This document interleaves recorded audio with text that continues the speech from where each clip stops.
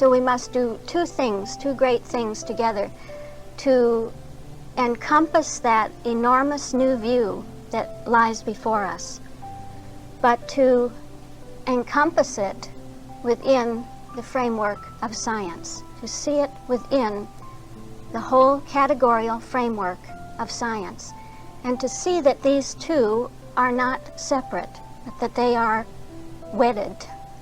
The bigness of the idea, the newness of the idea, the greatness of it is one with the structure of science, the structure of being itself.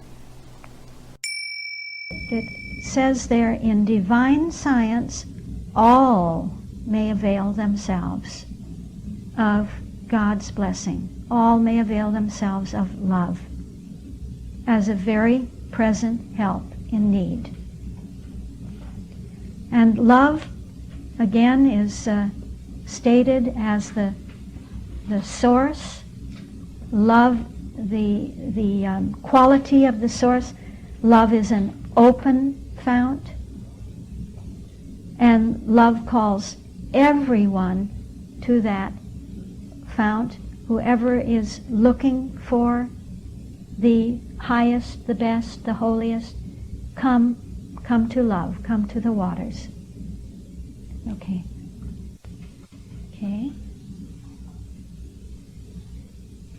All pointing to love as that divine principle, what we've just seen. And so we come to page 13, line 24. And we get the other side of that coin. If we pray to God as a corporeal person, you see, instead of as a divine science, as a divine principle, we pray to God as a corporeal person, this will prevent us from relinquishing the human doubts and fears which attend such a belief. And so we cannot grasp the wonders wrought by infinite, incorporeal love, to whom all things are possible. This is still the tone of science. What does it say? Love is infinite. Love is incorporeal. It's infinite. Incorporeal love has nothing to do with a person. Absolutely impersonal. And you can see that God, love, is not a corporeal person. And therefore, what? And we can extract now some rules. Don't pray to love the way you would to a corporeal person. Why? Why do I need to refine that and be sure that I'm not doing that? Because that prevents us from giving up the human doubts and fears that attend that belief. How do we lose our doubts? How do we lose our fears, our human fears? And you know, with any great life problem, any great calculus of a problem, that there is very often fear attending that problem, fear of some sort, doubts attending it. Will we make it? Will we be able to get through it? What will the consequences be? What are the beliefs that go with this particular type of problem, and all that sort of thing? How do we become free of that? By praying to love as infinite and incorporeal. Praying to love as a principle. Knowing that it is a principle. Relying on the fact that it is a principle. And as we do that, we will begin to grasp, to comprehend the wonders that are going on. That there are wonders being brought about by this infinite, incorporeal love. Wonders are taking place. If you look back on any life problem, any great problem that you worked through on the basis of science, on the basis of that divine principle that is love, you really see that in what do you say, in looking back, in perspective and retrospect, in retrospect. You look back and you say, oh my gosh, do you see what was happening there at that point? That was the point where I thought it was so devastating. That's where I thought it was really the end of everything, that there was no hope. But actually, there were wonders going on at that point. Wonders of love. And so we will begin to be able to grasp as we look scientifically, as we work scientifically with love as the divine principle, as the cybernetic principle, as we begin to understand that cybernetic principle and how it operates and what its two systems are as a feedback systems of absolute Christian Science and Christian Science, everything in the system working to establish the idea that has been set in divine science, doing everything within the human situation to bring about change, the right movement of everything, the interconnectedness of everything, that these are the wonders that are being brought about by infinite incorporeal love. That love says to us, I always work in wonders. You know, that's really how the human mind perceives it, how we perceive what love does. Humanly, we say, well, it's just a wonder. It's an absolute wonder. In other words, it's something beyond what the five physical senses can make sense of, can grasp. The tools, the human tools of comprehension are not there to grasp how love is working. Only the divine system and the divine sense within us can grasp that. And so we will often say, well, it was just a wonder. But in science, we know that it was science. What looks like a wonder is science working. And that to love, all things are possible. Yes. And then 13, page 13.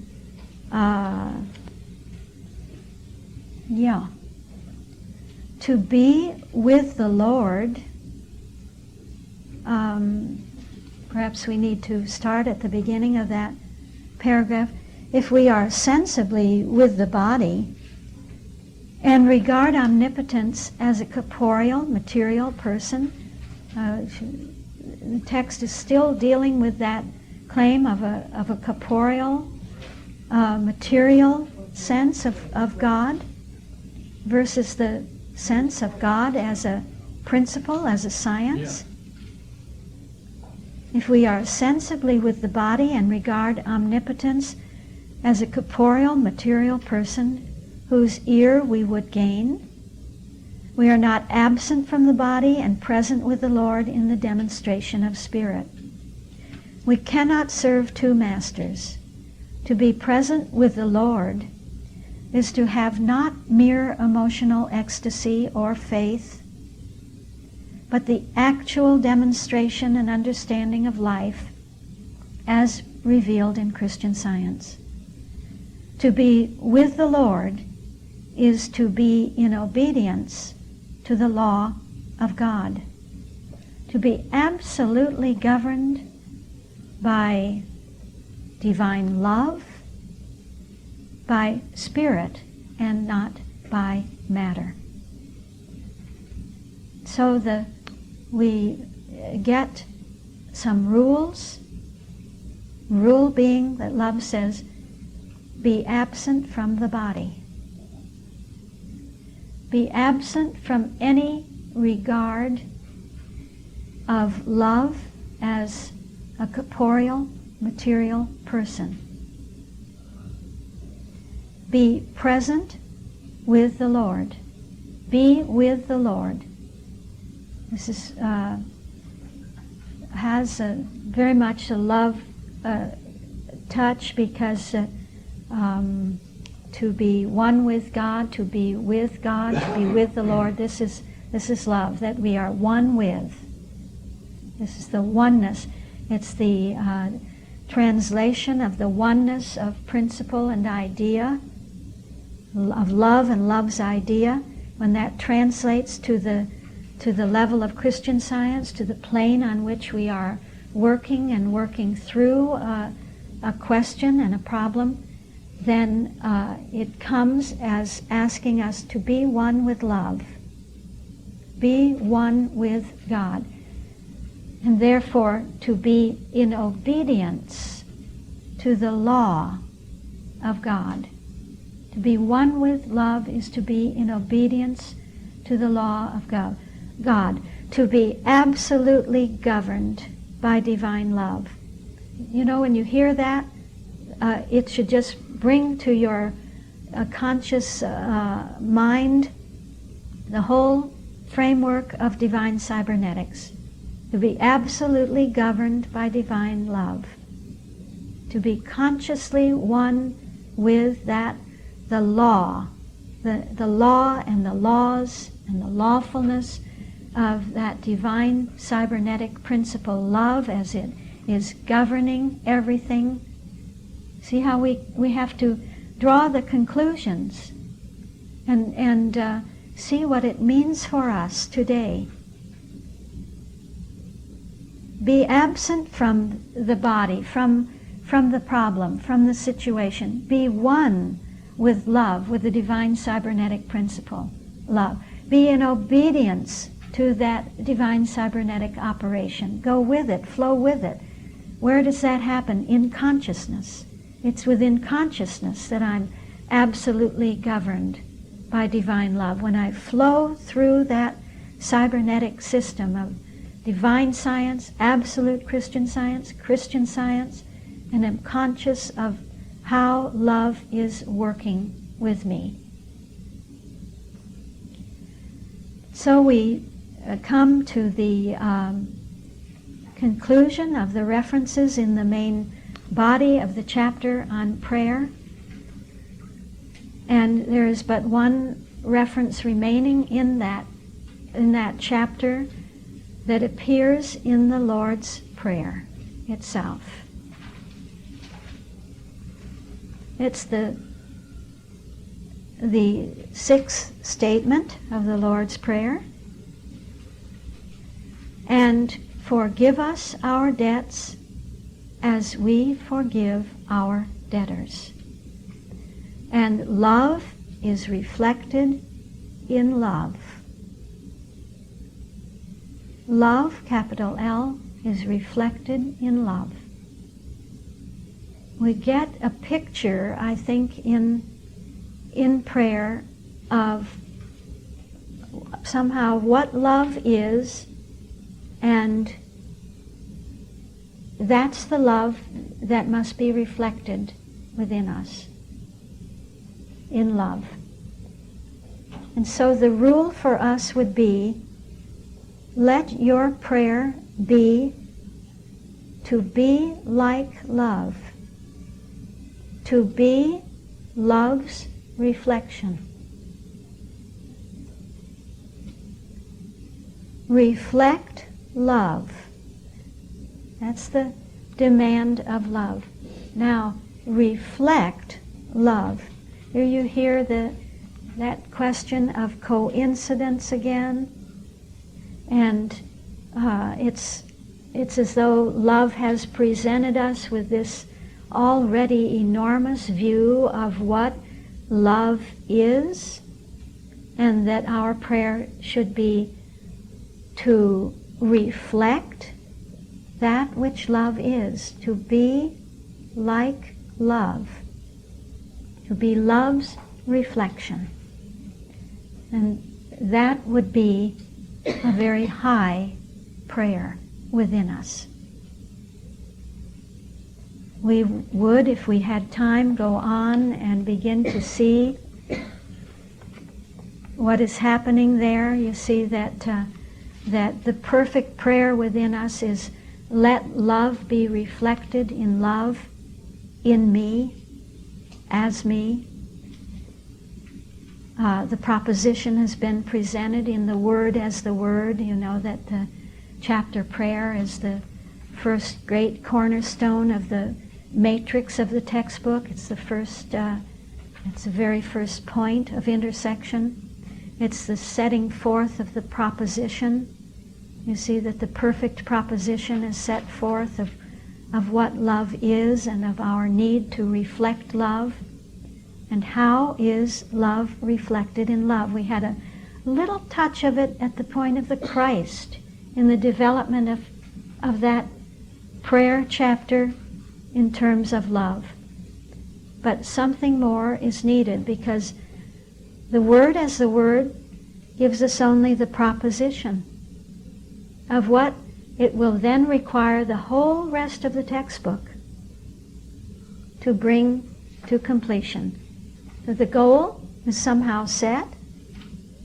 We have started on the course, and the whole rest of the textbook gives us the course that will be fulfilled at the conclusion of the textbook, where we have the attractor in the field, that attractor of love which is drawing and pulling everything toward itself and attracting everything toward itself. That that would be beautiful to look at that 16th chapter and see what is love saying in the 16th chapter. What is the goal going to look like? But what comes next is in the order of the textbook. It's in the order of the matrix.